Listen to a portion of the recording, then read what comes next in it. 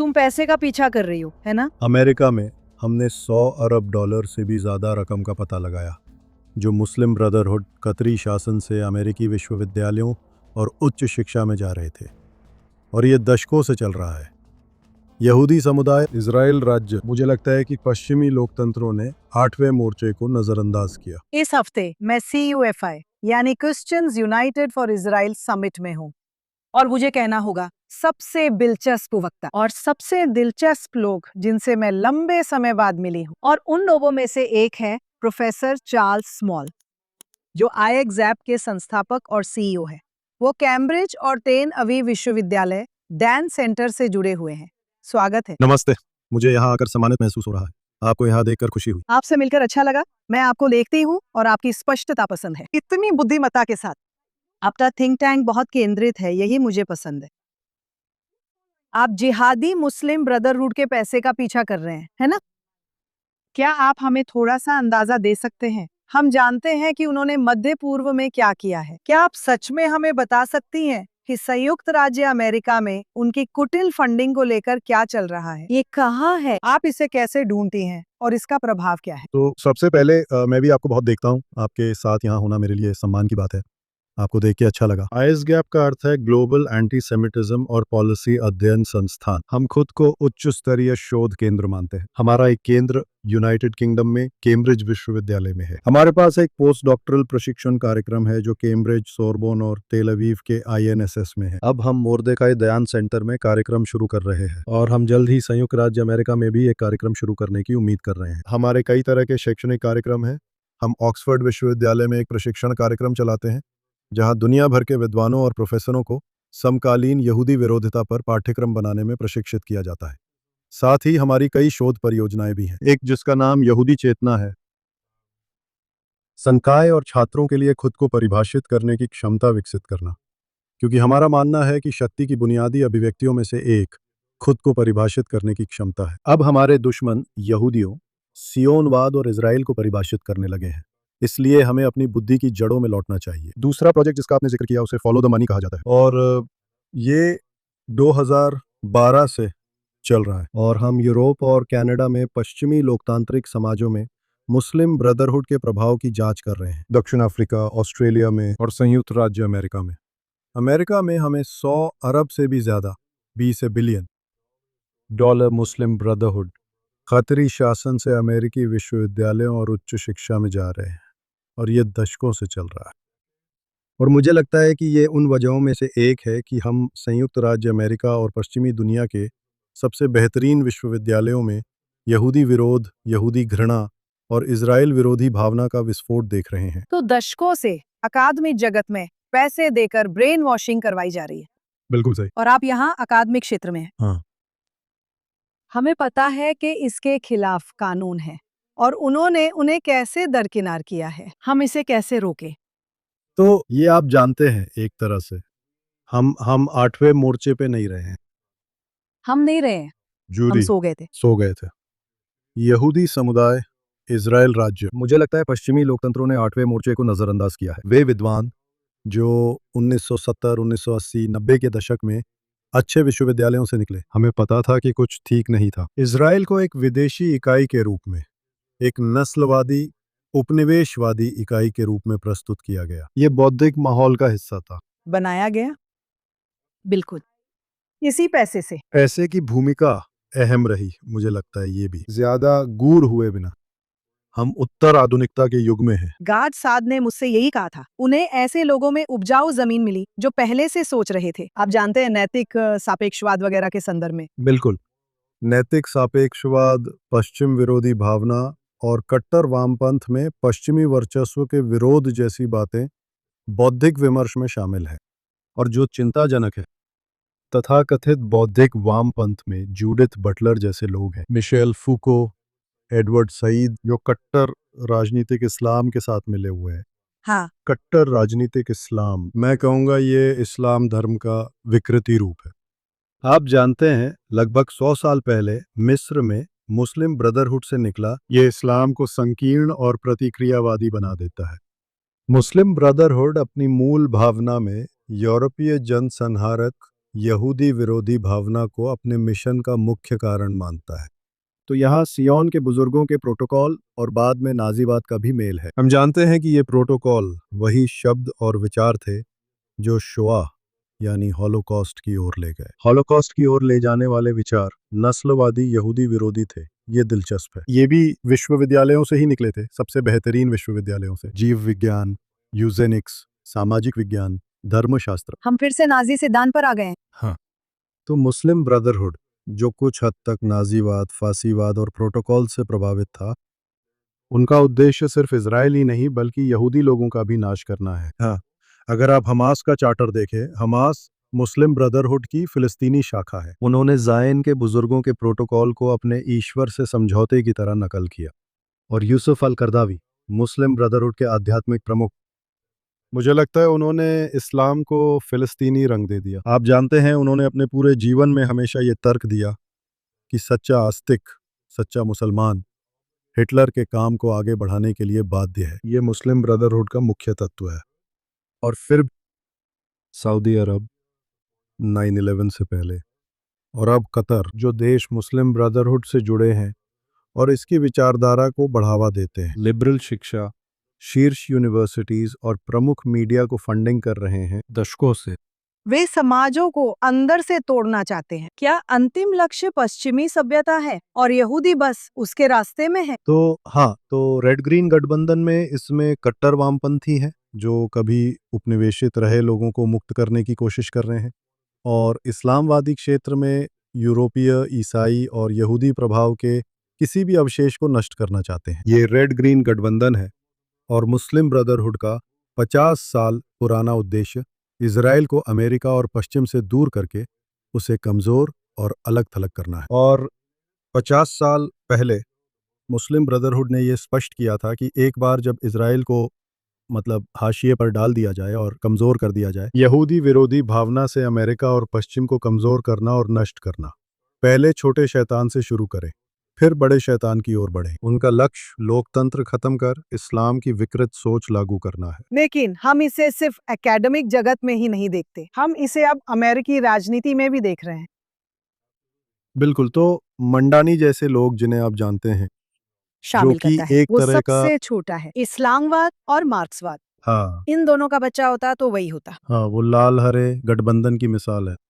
परिष्कृत, समझदार, प्रतिबद्ध, प्रभावशाली वक्ता, बौद्धिक और सांस्कृतिक दिग्गजों की दूसरी पीढ़ी। माँ प्रसिद्ध फिल्म निर्माता, पिता कोलंबिया विश्वविद्यालय में प्रोफेसर। और वो, आप जानते हैं, भले ही उनका जन्म अफ्रीका में हुआ हो, वो मुस्लिम ब्रदरहुड से प्रभावित दूसरी पीढ़ी के हैं। आप जानते हैं, हमारे सांस्कृतिक संस्थानों की बेहतरीन उपज, और वो इजराइल को संयुक्त राज्य अमेरिका से दूर ले जाने की कोशिश कर रहा है। वह एक कुटिल यहूदी विरोधी एजेंडा चला रहा है, और वह लोकतांत्रिक देशों को भी कमजोर करने की कोशिश कर रहा है। और अब ये यहाँ नहीं है। अब ये डेमोक्रेटिक सोशलिस्ट ऑफ अमेरिका के साथ एक आंदोलन बन गया है। हम इसे हर जगह देख रहे हैं। क्या वे डेमोक्रेटिक पार्टी को नष्ट करने वाले हैं? मुझे लगता है डेमोक्रेटिक पार्टी संकट में है और एक चौराहे पर है। कट्टरपंथी वामपंथी केंद्र पे हमला कर रहे हैं। तो मुझे लगता है कि हमने एक 5 खंडों वाली किताब लिखी जिसका नाम है global anti Semitism, the crisis of modernity. और इस आर्थिक, सांस्कृतिक, राजनीतिक संकट में चरमपंथी लोकतांत्रिक मुख्यधारा पर हमला कर रहे हैं। अब कट्टर वामपंथ तो है ही, कट्टर दक्षिणपंथ भी जाग रहा है। कट्टरपंथी इस्लाम हमारे समाज की लोकतांत्रिक संस्थाओं पर हमला कर रहा है। और हाँ, ये एक खतरनाक समय है, और मुझे उम्मीद है कि डेमोक्रेटिक पार्टी और समाज आमतौर पर अपने बीच मौजूद इस चरमपंथी लोकतंत्र विरोधी तत्व का मुकाबला करेगा। तो आपकी संस्था क्या समाधान लाती है? आपने समस्या की पहचान की है। ये डरावना है। हम इसके बारे में क्या करें? तो मुझे लगता है कि अगर आप एक अच्छी रणनीति बनाना चाहते हैं तो समस्या का पता लगाना जरूरी है। आपको हाँ, हमें समस्या पता को है कि समझना आप होगा। किससे जूझ रहे हैं। बिल्कुल। तो हम मानचित्रण करते हैं और डिकोड करते हैं। और अब मुझे लगता है कि एक बार when we understand some of the causes of this explosion of antisemitism, और एक तरह से हमने ये फिल्म पहले भी देखी है, अंतर्युद्ध काल में जब लोकतांत्रिक संस्थाओं का संकट था और लोग संस्थाओं से लगातार हाशिए पर जा रहे थे और उनके अधिकार छीन लिए जा रहे थे, जब सामाजिक अनुबंध पूरा नहीं हो रहा था। ऐसे लोग होते हैं जो डरे हुए होते हैं, और कट्टरपंथी सामाजिक आंदोलनों के प्रभाव में आसानी से आ जाते हैं। वे हमेशा उस खाली जगह को भर देते हैं। हम ये फिल्म पहले देख चुके हैं। मुझे लगता है कि जब हम कारण समझ लेते हैं, जो लोग लोकतंत्र की परवाह करते हैं, यहूदी सामुदायिक संगठन, मुझे लगता है कि यूरोप और उत्तरी अमेरिका की सुरक्षा संस्थाओं को वाकई आगे आकर इस लोकतंत्र विरोधी सामाजिक आंदोलन के खिलाफ कड़ा रुख अपनाने की जरूरत है। आपका केंद्र कैम्ब्रिज विश्वविद्यालय में, वहाँ सब कुछ कैसा चल रहा है? सब कुछ अच्छा है, जैसा कि आप सोच सकते हैं। अकादमिक क्षेत्र में मुझे लगता है कि हम लोकतंत्र के खिलाफ युद्ध और यहूदी लोगों के खिलाफ युद्ध के बौद्धिक स्तर पर सबसे आगे हैं। तो इन संस्थानों में दशकों से ये लोकतंत्र विरोधी, यहूदी विरोधी संस्थाएं फंडिंग और लोग घुसपैठ कर चुके हैं।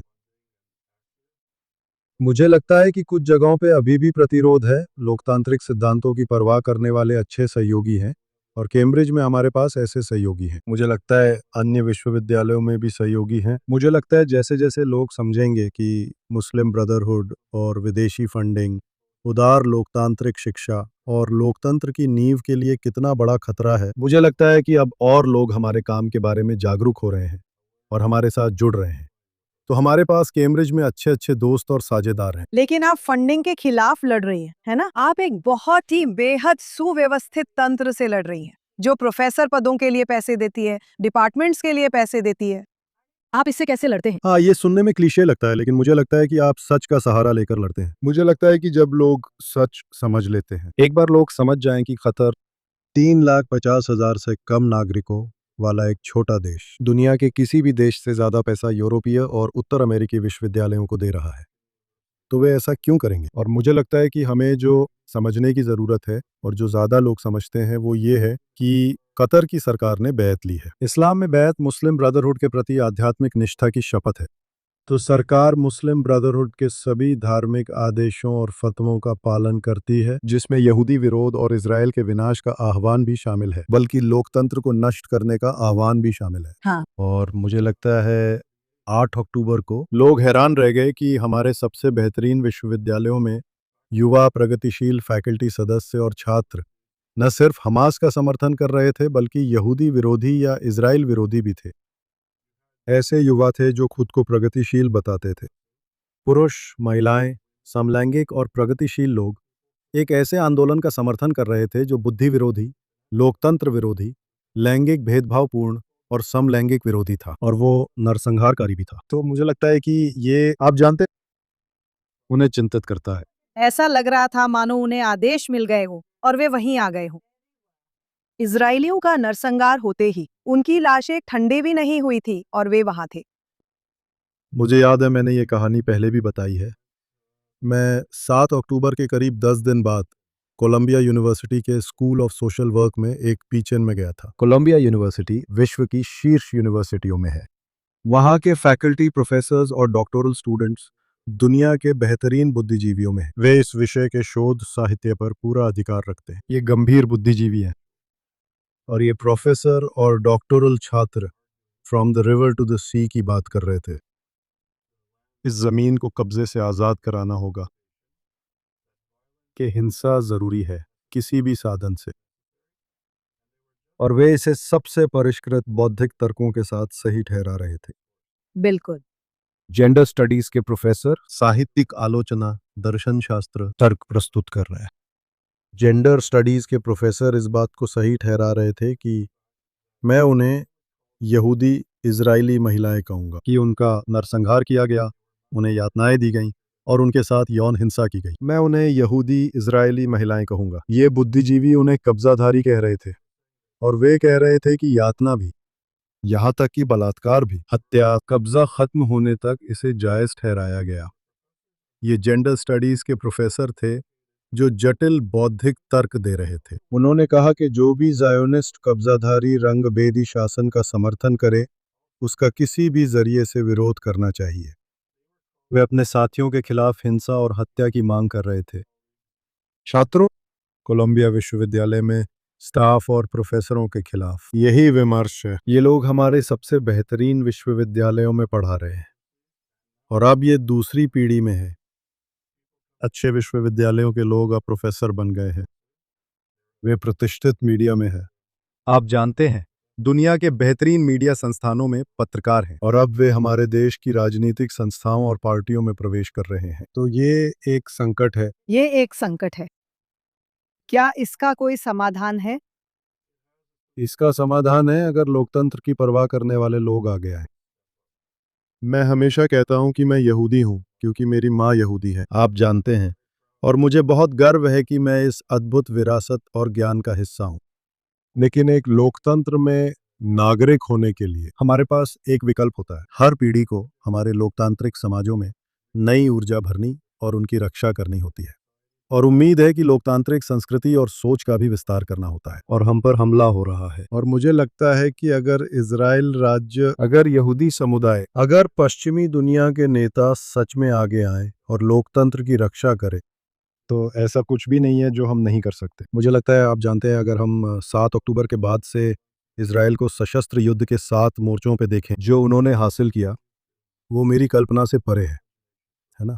ये अविश्वसनीय है। अगर हम वही व्यवहारिक समझ अपनाएं, रचनात्मकता, ध्यान और ऊर्जा 8वें मोर्चे पर लगाए, मुझे यकीन है हम इसे आसानी से जीत सकते हैं। मैं मानता हूँ, मुझे हमेशा चिंता रहती है कि इजराइल सरकार ने 8वें मोर्चे को कभी गंभीरता से नहीं लिया। ये एक घमंड है। वे नहीं समझते कि हम हाइब्रिड युद्ध में हैं और यह युद्ध सैन्य तथा नैरेटिव दोनों मोर्चों पर है। और मुझे तो यकीन भी नहीं है कि हम असली समाधान, रणनीति, अनुक्रम और जैसी व्यवस्था होनी चाहिए उस स्तर तक पहुंचे भी हैं या नहीं। पर यूके में जो हो रहा है, जब आप देखते हैं, जिसे मैं एक चेतावनी के तौर पर देखती हूँ। आप कैम्ब्रिज में हैं। मुझे लगता है कि वही घुसपैठ है, इतना ज्यादा कि यूए ने कहा है अब हम बच्चों को यूके जाने के लिए छात्रवृत्ति नहीं देंगे। मान ले कि कल फंडिंग काटने का तरीका मिल गया, जहर को बाहर निकलने में फिर भी सालों लग जाएंगे, है ना? बिल्कुल, हम विचारों से लड़ रहे हैं, हम एक विचारधारा से लड़ रहे हैं। मुझे लगता है कुछ अल्पकालिक रणनीतियां हैं, हम मीडिया और सोशल मीडिया में लड़ सकते हैं और तरह तरह की चीजें कर सकते हैं। ये अभी की बात है। हमारे कुछ शोध कार्य नीतियों में बदलाव ला रहे हैं जो शायद मध्यम अवधि की रणनीति है, लेकिन मुझे लगता है कि आखिरकार पीढ़ीगत संघर्ष, जो कि असली लड़ाई है, इसमें कम से कम एक पीढ़ी लगेगी, और ये विचारों की लड़ाई है। सिर्फ तभी जब हम अभी शुरू करें। हमने तो अभी तक शुरू भी नहीं किया है ना? मुझे लगता है हम में से कुछ लोग शुरू कर रहे हैं, लेकिन हमारे पास एक पुख्ता आधार है। मुझे लगता है हम प्रगति कर रहे हैं। आप जानते हैं, हाल के वर्षों में यहूदी विरोधी के अध्ययन में वृद्धि हुई है। हमारे पास और भी सहयोगी हैं। मुझे लगता है कि ऐसे लोग हैं जो सीधे तौर पर यहूदी विरोधी से नहीं निपट रहे हैं, लेकिन एकेडमिक जगत, मीडिया में इन लोकतंत्र विरोधी ताकतों को लेकर चिंतित हो रहे हैं। और आप जानते हैं, कक्षा से लेकर शिविर तक और हमारी सड़कों तक, यूरोप और उत्तरी अमेरिका में सुरक्षा बल इस चुनौती से अच्छी तरह वाकिफ है। कभी कभी मुझे लगता है कि असली समाधान तो तभी आएगा जब मुस्लिम ब्रदरहुड खुद को उजागर करेगा, जो कि अब हो भी रहा है ना? तो एक बिच्छू सिर्फ बिच्छू ही रह सकता है, चाहे वो कछुए की पीठ पर नदी पार कर रहे हो। जानती हो, वो कछुए को डंक मार देंगे और दोनों डूब जाएंगे। सही है। अगर वो थोड़ा सब्र करते तो हम में से किसी को भी पता नहीं चलता और फिर वो सच में पूरी तरह से काबू पा सकते थे। लेकिन अब ये अपना असली चेहरा दिखा रहा है। हाँ हाँ। मेरा मतलब है, हम यूके में अब प्रतिक्रिया देख रहे हैं, टॉमी रॉबिन्सन और नाइजल फराज जैसी हस्तियों के साथ। अप्रवासन विरोधी पार्टी, यूरोप में इमिग्रेशन नीतियों में बदलाव की लहर है, क्योंकि इससे कट्टरपंथी लोग आ रहे हैं या यही कट्टरपंथी बन रहे हैं। हाँ। कुछ युवा पुरुष सिर्फ नई जिंदगी की तलाश में आते हैं और यूरोप में कट्टरपंथी बन जाते हैं। क्या आपको लगता है कि शायद इकलौता समाधान यही है कि वे वही बिच्छू साबित हो जो वे हैं? चीनी कहावत है, जो कुत्ता सोने का नाटक कर रहा है उसे नहीं जगा सकते। मुझे लगता है हम में से कई लोग सोने की कोशिश कर रहे हैं या सोने का नाटक कर रहे हैं। मुझे लगता है अगर हम जाग जाए और इस चुनौती का सामना करें, मुझे यकीन है हम सफल होंगे। ब्रदरहुड ताकतवर है क्योंकि वे बिना किसी सजा के डर के काम कर रहे हैं। जो वे कर रहे हैं उसकी उन्हें कोई कीमत नहीं चुकानी पड़ रही है। हाँ। और मुझे लगता है, आप जानते हैं, लोग हमारी अगली पीढ़ी की लोकतांत्रिक नागरिकता के साथ विश्वासघात कर रहे हैं और हमें डट कर खड़ा होना होगा। यूनिवर्सिटीज पैसे लेती हैं, जैसे कॉर्नेल यूनिवर्सिटी में हमने $10 बिलियन पाए, और मुझे यकीन है कि इससे भी ज्यादा है। और भी, George town, $1 billion, Texas A&M $1.3 billion. ये सूची लगातार बढ़ रही है, $100 बिलियन तक। वे पैसे उन संस्थाओं से ले रहे हैं जो लोकतंत्र और उदार शिक्षा को नष्ट करना चाहती हैं। किसी भी अभिव्यक्ति चीज की से। स्वतंत्रता के लिए उन्हें इस तरह से भी बात करनी पड़ती है। कुछ संस्थाएं शिक्षा को अपने अधीन करना चाहती हैं और महिलाओं को स्कूल नहीं जाने देती। ये चौंकाने वाला है, इसलिए हमें संस्थाओं को भविष्य की रक्षा न करने के लिए जिम्मेदार ठहराना चाहिए। वो कौन सी वजह है जो आपको सोने नहीं देती? और आपको आशावादी बनने की वजह क्या देती है? ये एक अच्छा सवाल है। तो मुझे लगता है कि जो चीज़ मुझे आशावादी बनने की वजह देती है, मैं अद्भुत लोगों के साथ काम करता हूँ। शानदार लोगों के साथ होना आशीर्वाद है।